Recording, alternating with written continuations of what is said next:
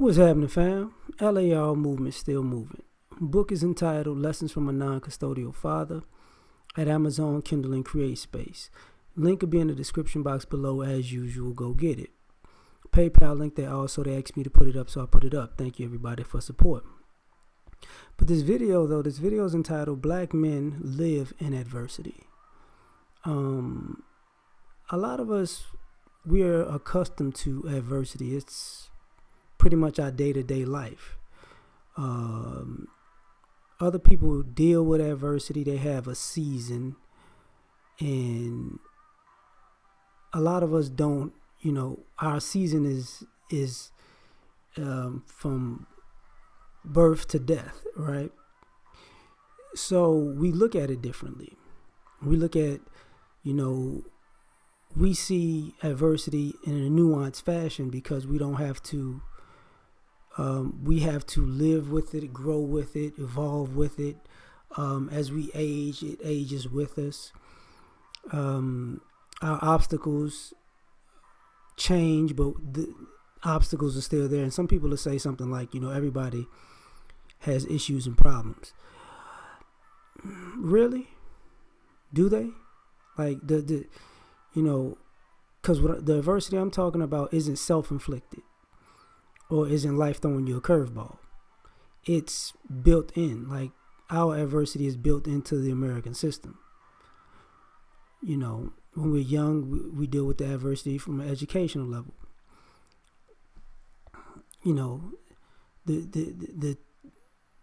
The stereotypes, the teaching, the demonizing, children, young boys, right?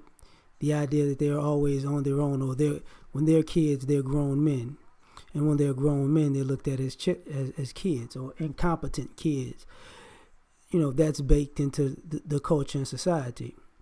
The disrespect is built into the culture of society.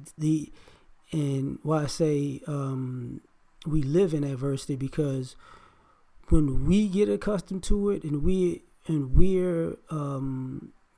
living with it day to day, and we expect it, and we've accepted that's what it is, it makes our lives easier and other people's lives a little bit more difficult, because a lot of times it looks like people are on the offensive and we're on the defensive. But the problem with that is this: you can punch yourself out,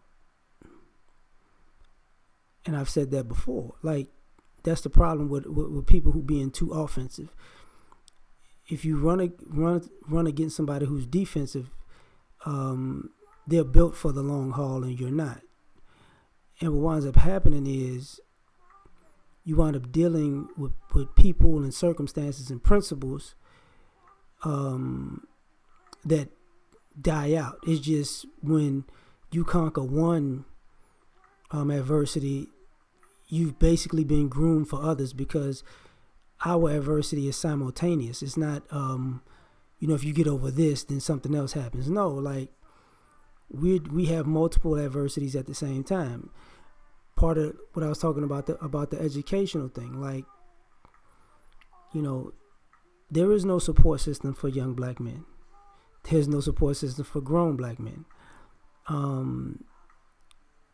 Society has an issue with us being human, right? With us being people, with us being treated the same, under the same guidelines and laws as everybody else. Look at the way society works now. I mean, if you're a black man, double jeopardy in the eyes of the law, that isn't an issue. You can. Everybody else is not going to deal with double jeopardy, but we're going to deal with double jeopardy. And everybody else just acts like they don't understand that concept because it's foreign to them. The thing about it, though, what I was meaning about a few minutes ago when I was saying that it starts to make life difficult for other people, is because when you encounter us and we've learned to build a house, because we're not going to get out. Adversity is going to be our address. But when we decide to build our house in adversity, on Adversity Avenue, people their talking points and their approach starts to become less and less intelligent, because they're assuming that, I'm talking to this guy from this societal angle of I've got the upper hand, he's on the short end of the stick. So whatever I say, whatever I do is going to work in my favor and against his. And then it comes to, that's when people start reaching. You start going too far. And sometimes you can succeed by going too far, reaching with black men. But the problem is everybody wants a public lynching, whether it's privately or socially, publicly, privately, socially. Everybody's making private lynchings public and social lynchings public and media. And what you're not realizing is, since we built our house on adversity, we're like, yeah, we know what y'all doing. Yeah, and it might not work out in my favor for this situation, but here's the problem.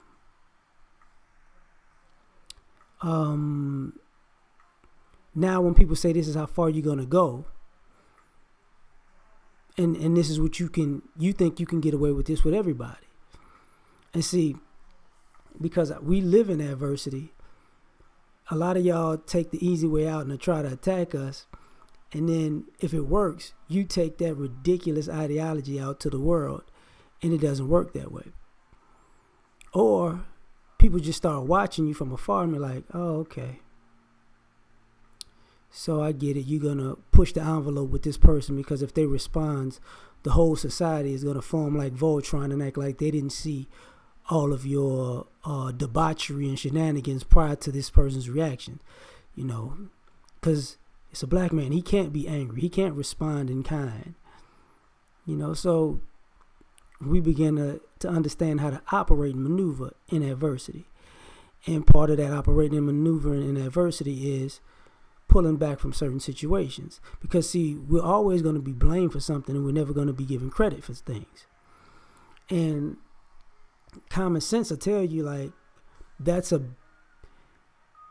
when some people think it's a bad space for us to be, it's a bad space for you to try to be an opportunist. And also, see, if you want to build your career on perception politics and propaganda and being disingenuous, we're the perfect demographic to do that with, because everybody is in the game of let's lie to believe the hype to each other so we can all get away scot-free. But the problem is, and I've said this before, look at the company you guys keep. Because, see, you don't want to live in adversity. You don't want to live on Adversity Avenue. So guess what we know? You're never going to come where we're at. So, ironically, the very place that that we're born with, dealing with, becomes our peaceful place. Because you want to operate outside of adversity. And as long as I'm in it, you really don't want to be there unless you feel like I'm getting out of it and I'm looking good and I'm doing as good as you or better than you. You want to drive me back to Adversity Avenue. But, a lot of us are just visiting your area. We don't want to stay there. It's pretty soft. You got all of these helping hands and things working, or people working, or systems working in your favor, to the point that you're really not doing much. Look at society itself. Look at how do you notice why y'all really haven't noticed why society is crumbling? Because if I'm the face of adversity and you're the face of Easy Street, guess what? you're going to always want to be on easy street. Thus, the only things you're accustomed to doing or willing to do are easy things. You and people who live on easy street can't handle adversity. So ultimately, when things get bad, who do they call? People like me to fix it. You're not going to give us credit. You're going to not, all the ills of the world come, you're going to blame us, even though we're not around. This is what you see a lot with brothers now. Brothers not even around a lot of places or people, and we getting blamed for stuff. And it's becoming funnier and funnier, because if you ask those people, like, well, how did you know? Well, television, the internet, YouTube. So this hasn't happened to you personally. You say you saw it on a show or a movie or a video, and that made it reality. You do know that's delusional, right? But the reality of your own shortcomings and debauchery that you participate in on a daily basis,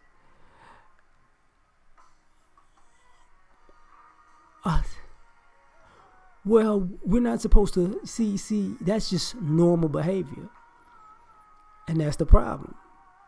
See, your shenanigans become normal, and that becomes self-inflicted. And a lot of people are creating a lot of self-inflicted wounds and blaming us for them. And you're on tape doing it to yourself, because this is a narcissistic culture. So the problem is now, we ain't doing this word of mouth stuff. So we live in adversity, and the fact that we're there in adversity every day and you're not, you become jealous, because you really don't know how to handle life without some type of opportunistic advantage. And a lot of y'all think it's smart to be an opportunist. It's smart to be a coward. It's smart to hide behind the system. It's smart to be a spineless person. It's smart to take advantage of the social capital of, I can get away with murder and blame him. And guess what? Y'all gonna form that whole spineless, cowardly team together, and y'all gonna cut each other's throats. And you can't blame us, because we're on Adversity Street. You're on Easy Street, remember? You're not coming to our address. Peace.